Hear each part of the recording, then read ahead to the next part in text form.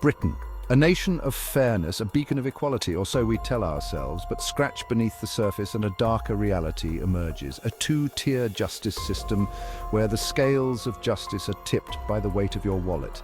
This isn't about petty theft or parking fines. This is about serious crime, where lives are ruined and futures are shattered. And the difference between walking free and going to jail, often it's simply wealth.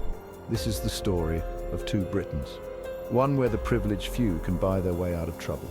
The other where the less fortunate are left to navigate a system rigged against them. It's a tale of injustice, of despair, and of the erosion of faith in the very institutions meant to protect us. Imagine being accused of a crime you didn't commit. You're innocent, but the evidence is stacked against you. Your only hope? A skilled legal team who can expose the truth.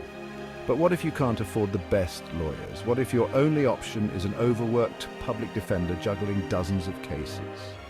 For the wealthy, justice is a luxury easily purchased. Top-tier barristers, expert witnesses, private investigators, all are within reach. Every loophole exploited, every technicality explored. The law becomes a shield, protecting them from the consequences of their actions. But for the poor, justice is often a distant dream.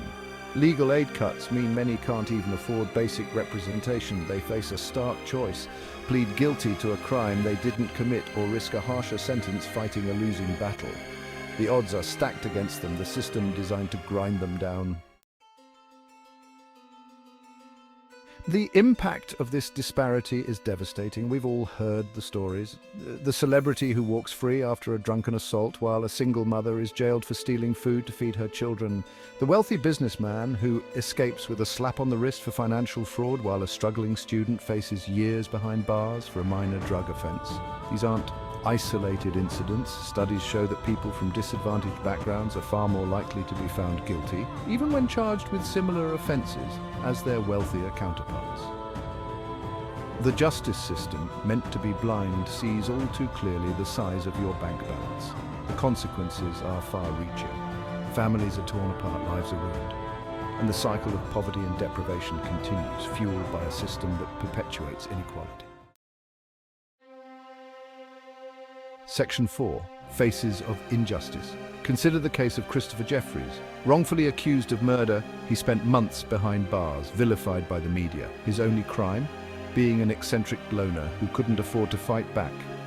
Contrast this with the case of a wealthy socialite, accused of assaulting a photographer. Despite overwhelming evidence, she walked free, her expensive legal team successfully shifting the blame. These stories are not unique. They highlight a disturbing trend: justice for sale. But the real tragedy lies not in these high-profile cases, but in the countless others hidden from the headlines. The working-class families, the ethnic minorities, the vulnerable individuals, all failed by a system that claims to serve them. Section 5.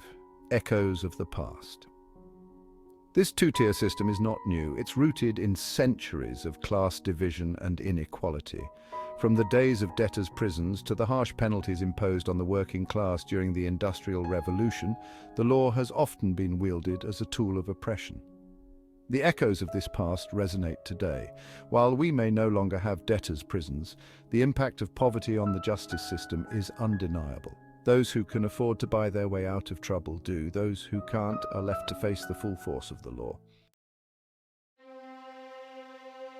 Section 6. A house divided. This two-tier justice system is a stain on our nation's conscience. It undermines the very foundations of our democracy, eroding trust in the rule of law. It creates a society where justice is a commodity, not a right, and where the scales are tipped in favor of the privileged few. The consequences are far-reaching. Increased crime rates, social unrest, and a growing sense of injustice are just some of the symptoms of this broken system. We cannot allow this to continue. We must demand better. We must demand a justice system that is truly blind, one that treats everyone equally, regardless of their wealth or background. Only then can we truly call ourselves a just and equitable society.